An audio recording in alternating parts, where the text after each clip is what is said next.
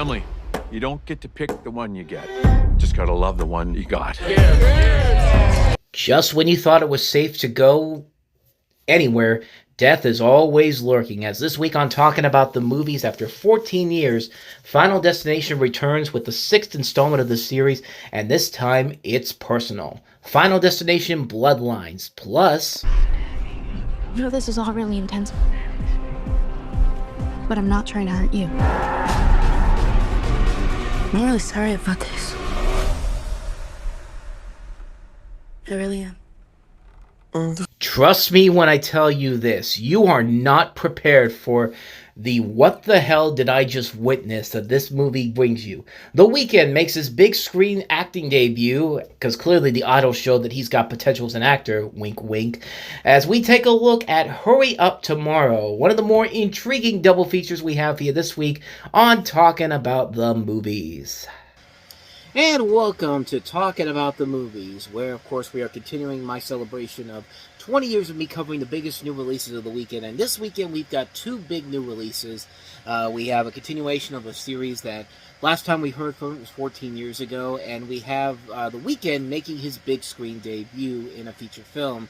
And let me just tell you right now, one of these movies that we're going to talk about here is so laughingly bad.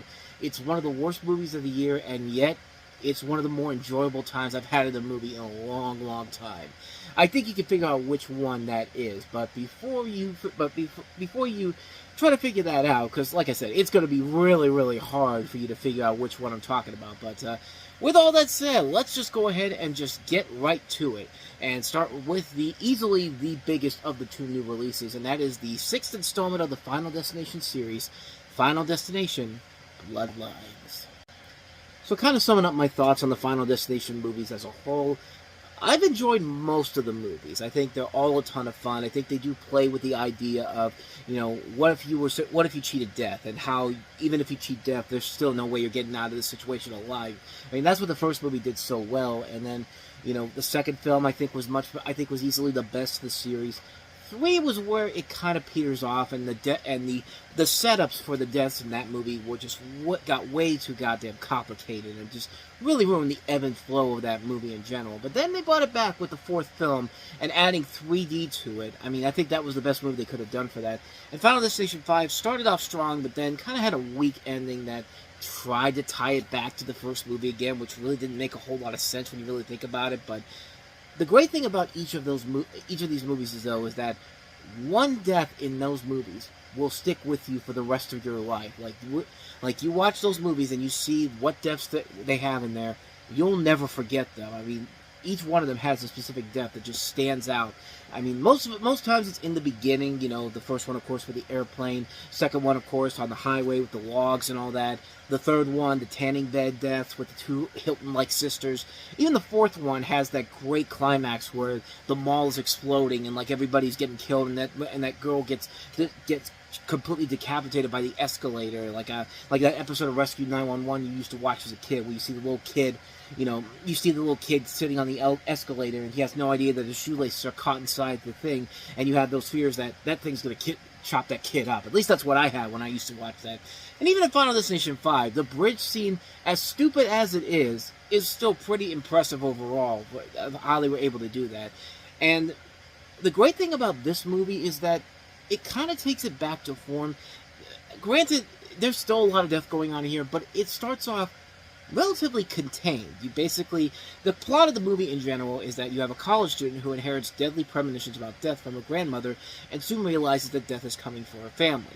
You see that there's the thing. It actually kind of starts off with the grandmother in particular. It starts off in 1968, where you have the grandmother as a young woman, played by, I believe that's Brett Basinger, if I'm not mistaken. Yeah, Brett Basinger as the grandmother, and they're at the Seattle Skyview Tower, and they're at this dance party, and Iris has this premonition. Iris is the grandmother. She has a premonition of which a chandelier shards crack the glass floor of the Skyview, and the guests are basically falling to their death, and people are getting killed by pianos and all that type of stuff. It's a really good death scene that reminded me so much of a death scene in a really bad horror movie, but man, it started off with a bang with Ghost Ship. Like, if you remember the movie Ghost Ship, it's a terrible movie, but it starts off with one of the coolest death scenes ever. Like, that's literally a Final Destination scenario where you have all these people on this ship. It's like a period piece. They're dancing around. They're having a good time. And all of a sudden, these things start falling. And, like, these wires just chop them all up. And they have no idea what's going on until they realize that their limbs are falling apart. And just the way it's shot. Like, it's a really cool scene. And it just gets you so excited for that movie. Only to realize that the rest of the film is pretty much fucking garbage. Because that's what Ghost Ship pretty much is. But the opening of that movie in particular really comes back to me when I watch this opening once again. And so now, in the present, you have a college student from the same family. They're at this barbecue, all the family's together, and, you know, she has this premonition about everybody dying in all these weird ways. You see in the trailer, like, a shard of glass falls into the ice cubes. You see somebody jumping on a trampoline, and underneath you see, like, a rake. And then you see all these different things happening, and it eventually ends up with the dad basically getting killed off. I mean, it's still the basic formula, but they add another layer to it. They keep it contained within the family dynamic, and it does make it kind of more heartfelt than it needs to be. And really, it helps to make this movie much better than I think anybody thought it could. I mean, this is the 6th installment of the Final Destination series. This is the first one we've had since 2011. And when that last one came out, they were kind of pushing their own luck with that. Like I said, Final Destination 5 kind of ended with this bizarre tie-in to the first movie by the fact that, you know, it's all coming full circle. This is actually taking place in 2000, and, you know, it ends with when Final Destination started, where Devon Sawa thought, you know, he had a premonition about the airplane crashing, and then you see the airplane crash. It's just like, okay, how does that make any sense? How are we tying this back into the first movie? It doesn't really work the way I think they wanted to. I mean, it's a good idea, but it doesn't really work as well as I think they were expecting it to. But this one makes it simple. It does the one thing you should do with a sequel like this. Keep it simple. Know your audience. Know exactly what we come to see. And that's exactly what we get in this movie. The kills overall are over-the-top fun. That's the one thing I'll give all these movies. The kills, when they happen, are very much over-the-top fun all across the board. I mean, they are very silly. They are very ridiculous at times, but they work. They are very effectively done. And yeah, the lead-up, kind of can get really annoying at times, especially in the third film, but you know it's going to lead to something pretty fun, or pretty much something that's going to haunt your nightmares for a good period of time and make you never want to step outside again. Even if you're even like me sitting right here, something could happen right now. Like, something could literally fall off and hit me right now, and it's just kind of like, I mean, that's just how life is. That's how death works, and it just works very well in here. And I think the best thing about it is that family dynamic adds in another emotional layer to it. But on top of that, we get to learn more about one of the series' most iconic characters, Tony Todd, as William Bloodworth, and what is eventually his final role, because he passed away not too long ago. And so this is basically the last movie with him in it, and he goes out in a very good way too, where it doesn't feel like it's insulting his character overall. It does feel like he serves a purpose in this movie to, you know, give these characters some backgrounds and kind of complete his arc overall. And he's basically, I've always been of the belief that he's Death pretty much, but in a way he's sort of Death's, you know, like I think Brad Jones talked about it nicely in the Cinema Snob review. He's Death's like boom, like his hype guy, or I think it was either Brad Jones or Double Toasted when they just did the Final Destination review, but you know, they were talking about how he's basically Death's hype man. He's just like, hey everybody, get your hands in the air, because here comes Death. Like that type of guy, like the guy that's supposed to hype the crowd up and all that at a concert or something like that. I mean, I don't know. I always thought he was supposed to be Death overall, because I keep thinking that it's kind of like maybe he's Candyman in disguise, but I don't know. But like I said, it works very well for him, and it does give him a nice, serviceable send-off overall that doesn't feel like it's insulting his existence in this particular film. And yeah, the movie overall is just a ton of fun. The two guys who directed this movie, I don't know what else they've worked on. Zach Lipowski and Adam Stein. I just know that one is a visual effects writer, specialist, and a former child actor, and the other is a director and screenwriter from Vancouver. I'm trying to see what else they did, because I don't know if they did anything else as directors. Well, they've done a couple of things. They did, one of the directors, Zach Sapolsky, has done stuff like Leprechaun Origins, Dead Rising Watchtower, Kim Possible, the 2019 live action remake. So yeah, not a good stuff there. But he's done a lot of stuff for Disney too. He did Mech X4 for Disney XD, and as for Adam Stein, he's done stuff. He also worked on the Kim Possible movie too. So both of them were on that show there used to be a show on Fox back in the day, produced by Steven Spielberg and Mark Burnett, who was supposed to be kind of like finding the next director. It was a show called On the Lot. It was with Spielberg and Carrie Fisher on there. Didn't last very long overall, but I guess that's where these guys came from. So yeah, you learn something new here, and hey, you go from making one of the worst adaptations of a TV show ever with Kim Possible, and go from that to this. Hey, more power to you, man. These guys clearly know what they're doing to give the fans what they want in a movie like this. I wish they would have done it for the Kim Possible movie, but I digress. I think what a movie like this does, I think we're starting to see a little bit of a trend now with these horror sequels coming well after their time had passed. Like we saw it with Saw X. Like, nobody really cared about seeing a new Saw movie after the countless sequels that just kept going and going and going. But with Saw X, what did they do? They added another layer to the story. They made the people who made that movie knew what the fans wanted, but they also didn't want to insult the complete intelligence of them. And they made probably the best Saw movie out of that entire series with Saw X overall.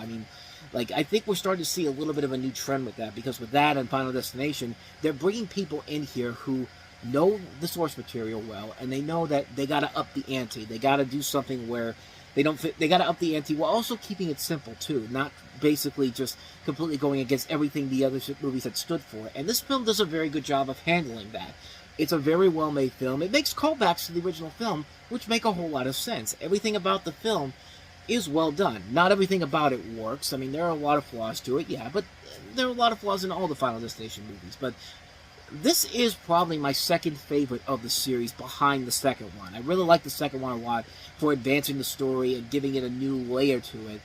And this is probably the first one since Final Destination 2 to up the ante with the story overall, while also keeping it simple and not going completely bonkers with it, like I know they would eventually do with Final Destination 3, which works sometimes. Like I said, some of the deaths in there are memorable, like the tanning bed death and the roller coaster thing. But like I said, it's the continuation of the build-up that just took a lot of time away from it, and just the way the film ended with them building it up. Just like, it's not even a good build-up either. It's just like, it's literally phoning it in. Like, it's literally telling you to your face, do you get what's coming next? Do you get what's coming next? I hope so, because we're going to be building this up for the next 5 minutes. The fourth and fifth film kind of brought it back to form a little bit, but this is the first time that, they build them up, but they don't overstay their welcome when it comes to it. And this film, I think, worked very well because it went back to the basics. I think they did a good job of handling it, and it's a really good, fun movie. This is the type of movie that you wait for in the summertime. You go in there, grab a bowl, get a thing of popcorn, grab a drink, and just sit back and relax and watch some crazy over-the-top fun that doesn't feel like it's insulting your intelligence. So yeah, Final Destination Bloodlines, it's a ton of fun, and I give it a good thumbs up. I think it's a very solid film overall, one you should definitely check out. So with all that said, we're going to go ahead and take a little bit of a break, but when we come back, oh boy, you thought Final Destination Bloodlines was fun for the reasons why it should be fun. The next movie we're going to take a look at is fun for so many reasons. This is going to be a very complicated review to do next. So watch this, stick around, and we will be right back. It's the stupidest thing. I just can't. Just show it.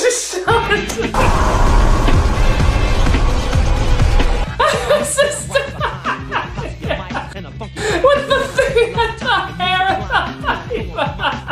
I mean, it's the most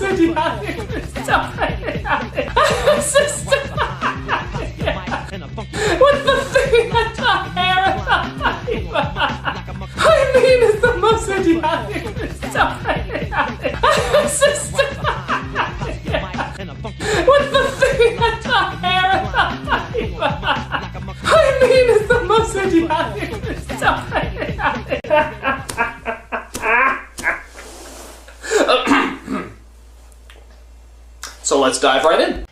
And we're back.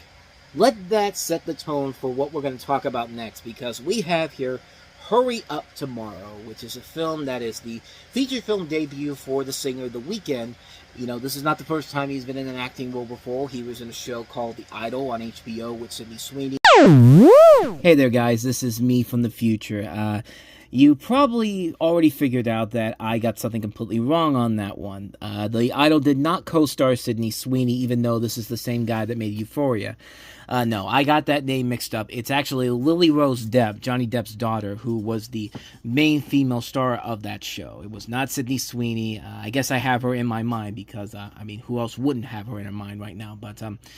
But yeah, I just wanted to come in and make it clear that I made a mistake on there. It's Lily Rose Depp that co-starred with The Weeknd in The Idol, not Sydney Sweeney. So, anyway, with all that said, back to the review.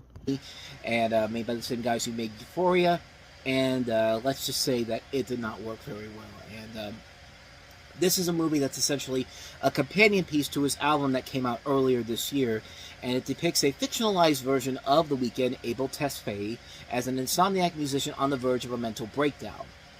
And the film follows him as he is pulled into an existential odyssey by Anima, played by Jenna Ortega, who's a strange, mysterious fan, and Barry Keoghan is involved in this somehow. So I'm not going to lie, when I saw the trailers for it, I was kind of intrigued. I mean, I like The Weeknd. I think he is a very good musician. He's created a lot of memorable songs. I mean, this is the guy that made Blinded by the Light. I mean, this is a guy that's been behind great songs like Can't Feel My Face, Starboy, Die For You. I mean, this is a guy who is a good singer, and he has proven that time and time again that he has a lot of good musical talent. His acting talent, on the other hand, is a completely different story. And when I saw this trailer, I thought to myself one of two things with this movie.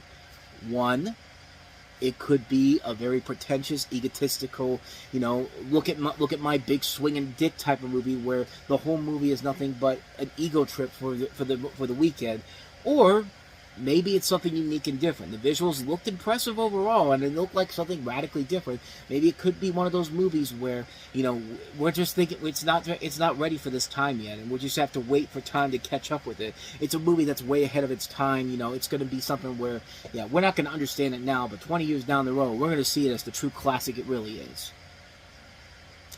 Yeah, no, it's the first one. This is one of the most pretentious, most egotistical, most, you know, let me whip out my dick and swing it around to you because I am that much more important than you are type of things. I mean, oh my God. I mean, I was seeing some stuff early on that could probably mean bad things for this movie, but watching this movie in full, I could not believe what I had just seen. Like, I could not believe that it goes to the levels that this thing does. This is one of the worst movies I have seen this year. And yet, it is one of the most enjoyable movie experiences I've ever had in my life. I've never had a good time laughing my ass off at how bad this movie is. This is a terrible movie. Don't get me wrong. Like, it's going to sound like in this review that I'm kind of defending it. And this is going to be a weird review because how do I defend this movie while also saying that I absolutely freaking hated it? Well, like I said, it's a laughingly bad movie. This is a film where, you know, this is the Abel Tesfaye. I think I'm not saying his name right, actually. Abel Tesfaye, I think I'm pronouncing it right, but this is a movie where he's basically coming out and telling him that I'm better than everybody else, and this is the movie that's going to show that I am more important than anybody else in this movie. It's what he's trying to basically do what Prince did with Purple Rain, you know, what Michael Jackson did with Moonwalker, or hell, even Vanilla Ice with Cool as Ice. But the big difference is between what this movie's trying to be and what it actually is that Prince and Michael Jackson actually made movies, egotistical movies, that were still fun to watch and didn't seem like they were half-assing it. I mean, Purple Rain and Moonwalker were movies where they were clearly trying to do something fun with it. I mean, Jennifer Lopez just did something recently with This Is Me Now, which is pretty much the same type of movie as Moonwalker, but Cool as Ice was a film that was just trying way too hard to be self-parody and just failed miserably on so many levels. Like, that movie, at least, it felt like you could tell that Vanilla Ice was trying to make fun of himself, even though it didn't work.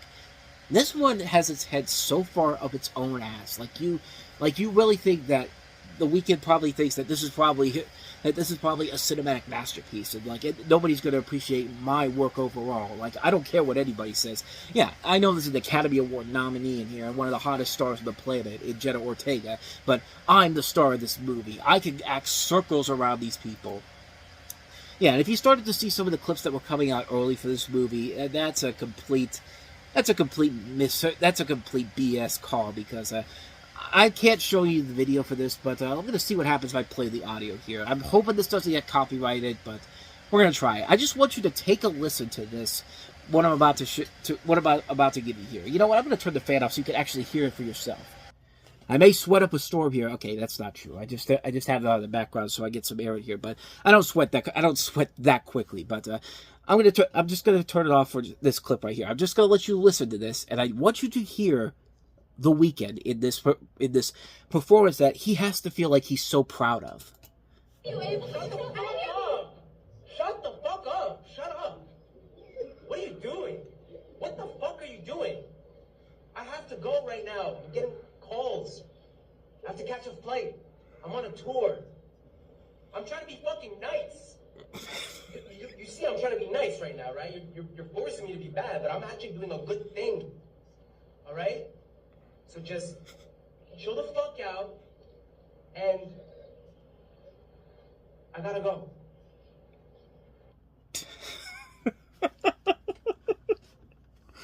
I mean, you got to see the movie for yourself to see. You got to see it just to see the fact that this guy's face literally doesn't change a single beat. Like, this guy, you know, when you watch this clip again, like all you're seeing is this guy looking at Jenna Ortega dead-eyed, like he's like a deer in headlights. But also, he's got these white teeth. Like I don't know if he got like the ultimate teeth whitening surgery or something like that. But that's the one thing that you notice in here. It's just like the guy's veneers are like wide open out there. And again, it's just the fact that he's trying way too hard to act. And, you know, he's talking like, shut the fuck up. Shut up. What are you doing? Like, it's just like Jenna Ortega should probably be asking him that same question. What the fuck are you doing? Like, nobody acts like this. And I love my favorite part of that is that I'm getting calls. Like it sounds like he's trying to turn into Christopher Walken, like, for a second there. It's just like, shut the fuck. Watch me do the world's worst Christopher Walken impression here. I have to go right now. I'm getting calls. What am I doing with my hand there? But you get the idea here. It sounded a lot better than I thought it was, but still, that's not a good Christopher Walken impression. But it really does feel. I got that feeling listening to this dude saying these lines, and it's just the way he says it too. Like, he is not convincing at all. Like, I don't know who told him he was a good actor, because my God, that was rough to sit through. And it's like that the entire effing movie. Like, you are trying so hard to stick with it and just say, you know, hey, this is his first feature film. He's probably, you know, I'm giving him the benefit of the doubt. And, you know, halfway through it, it's just like, no, this fucker's not good at acting at all. Like, he's a great musician, but somebody should have just told him, hey, buddy, you gotta take some acting lessons, or we gotta stop this shit, because you're not even trying. You're horrible in this movie. And he is terrible in here. He is not a good actor in this film whatsoever. Meanwhile, the other actors are looking at this dude and just like, hey, motherfucker, I know you're the producer, writer, director, and star of this movie, but we have credibility at stake here, so we're gonna put our effort into this, whether you are or not.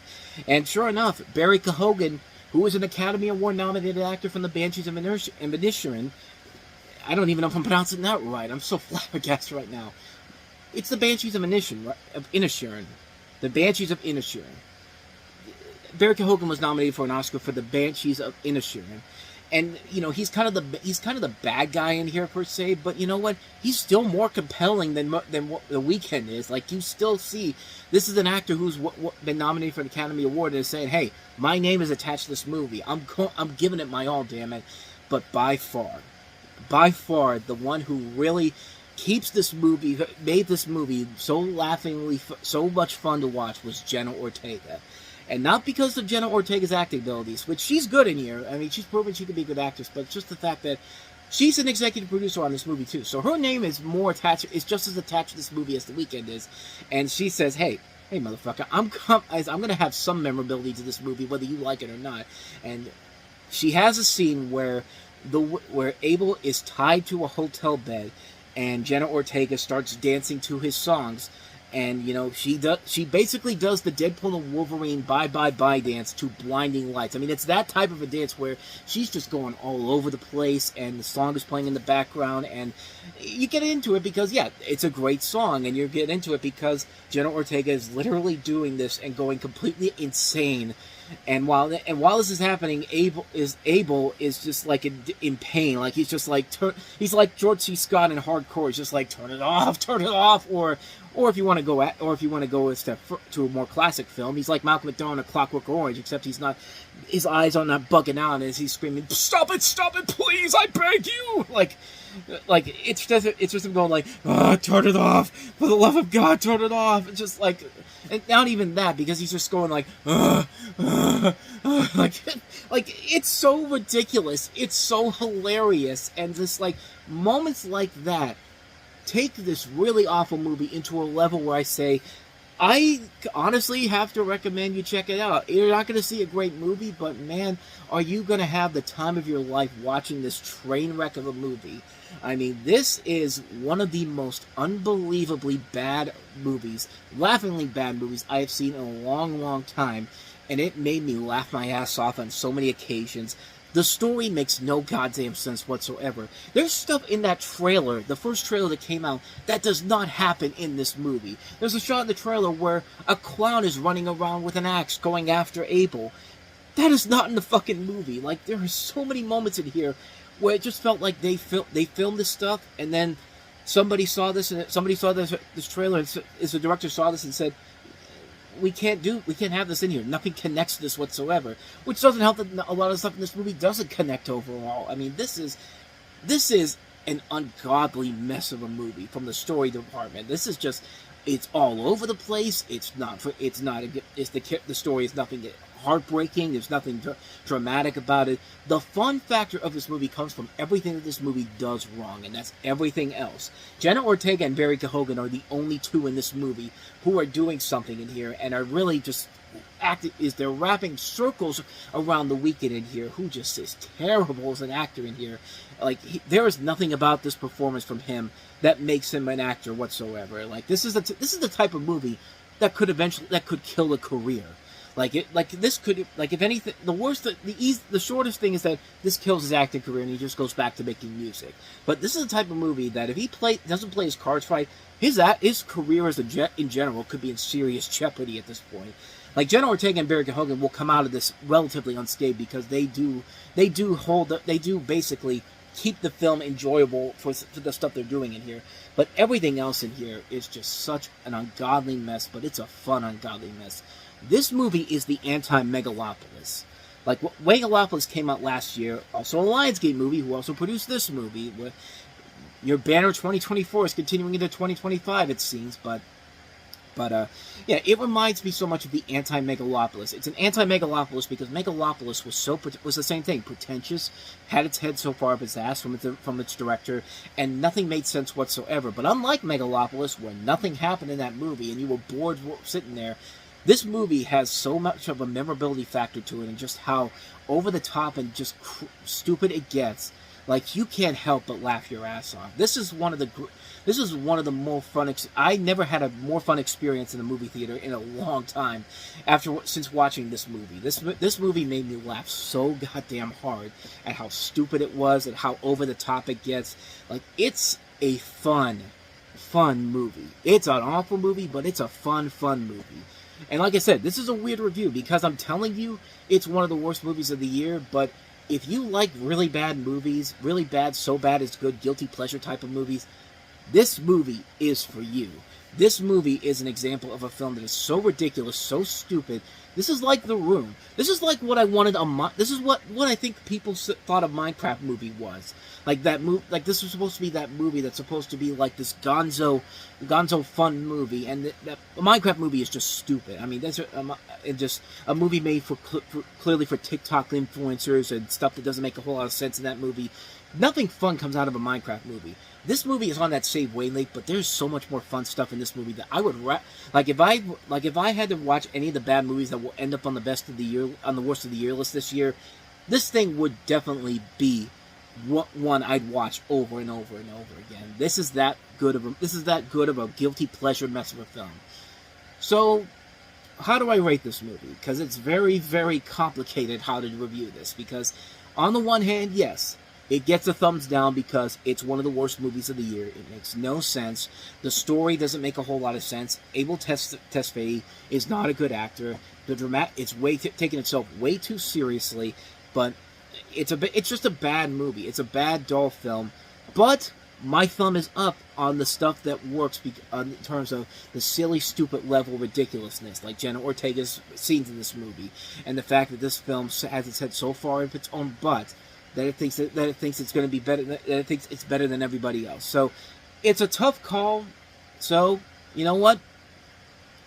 Go right in the middle. There we go. Go right in the middle. Mixed opinion.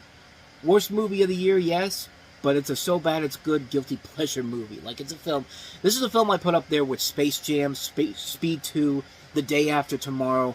Movies that are so bad, but they're good. They're good in how just ridiculous they are going on screen, and they don't seem like they're giving a crap at all, because as long as they're entertaining you, the audience, that's all that matters, baby. That's all that matters, and for that, I gotta give it its proper credit. So yeah, it's the worst movie of the year, but it's a ton of fun too. So, in the middle review for that one. Like I'm hitchhiking, so there we go. That is Hurry Up Tomorrow, and you might as well hurry up tomorrow and see this, because more than likely, depending on judging by the box office here, this thing ain't gonna last very long, especially considering what's coming in the next couple of weeks. But fun times this week overall. So with all that said, thank you so much for watching this, and next week, the summer movie season kicks it into high gear with maybe the biggest weekend of the year, with two big blockbusters coming up. Disney's Lilo and Stitch, with that great marketing campaign that they're using. I mean, that's going to probably be the big hit of next weekend. But Mission Impossible, The Final Reckoning comes out next week, too. The supposed final installment of the Mission Impossible series, which, I'll be honest with you, I've been hearing a lot more mixed things about it than positive things. It sounds like a lot of the problems I had with Dead Reckoning are in this movie. And this one's much longer than Dead Reckoning is, and it's supposed to be the final film of the series, so I don't know. I don't know how Mission Impossible is going to turn out. At least Lilo and Stitch, I kind of have a feeling that probably it's not going to be any good. But I'm just so happy to see them doing the marketing for Stitch here, and the marketing overall for Lilo and Stitch has been working so well for them. And yeah, the movie may not be good, but Stitch, he's my favorite Disney character. So yeah, I'm probably going to more than likely like the film. I will be, and I will. It's not like I'm going to be extremely positive about it, unless the movie really is good, which I don't think it will be. I think it will be a straightforward remake of the original film, but at the same time, as long as it's fun and it's not insulting the intelligence of the audience, I think it'll be more than worth it. I'm hoping for good things with Mission Impossible as well. Like I said, I've been hearing more mixed than positive things about it. I know it's got like an 88% on Rotten Tomatoes right now, if I'm not mistaken, which seems to be really good. But from the people I've heard from that I usually go to, like Jeremy Johns, and there was somebody else, and some of the other websites.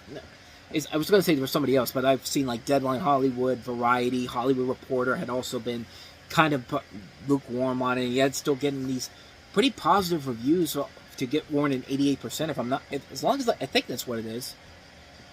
Okay, it's gone down a little bit, 81%, but it has a 69 out of 100 on Metacritic, which is not bad. So really, I mean, it could definitely go one of two ways with that movie. All I'm hearing is that it sounds like it has a lot of the same problems that Dead Reckoning had. Dead Reckoning is probably the weakest of the Mission Impossible movies overall, but I still enjoy it for what it is. But it's definitely a film that, for what they were setting up, it's not really giving you it didn't really give you what you wanted to see from that movie. At least in my opinion, it didn't. But yeah, I think in this one, I think you're going to see a lot of the same problems with this right now. But I'm still hoping for the best with this. I can't wait to check it out next week. Lilo and Stitch as well. So we'll have reviews for that. It's going to be a really, really good show overall next week for those films. But yeah, we had a good time this weekend. Two really fun movies. One a really good one. One a not so great one, but goddamn, it's a ton of fun. And if you want to see the last video I did where I talked about the worst movies I saw in the last 20 years of doing this show, check out the video there, check out the playlist below, and we'll leave you with a look at movies coming out on Blu-ray and DVD this week. So, check that out. I'll see you guys next week. Thanks for watching, and I'll see you next time. Until then, take care.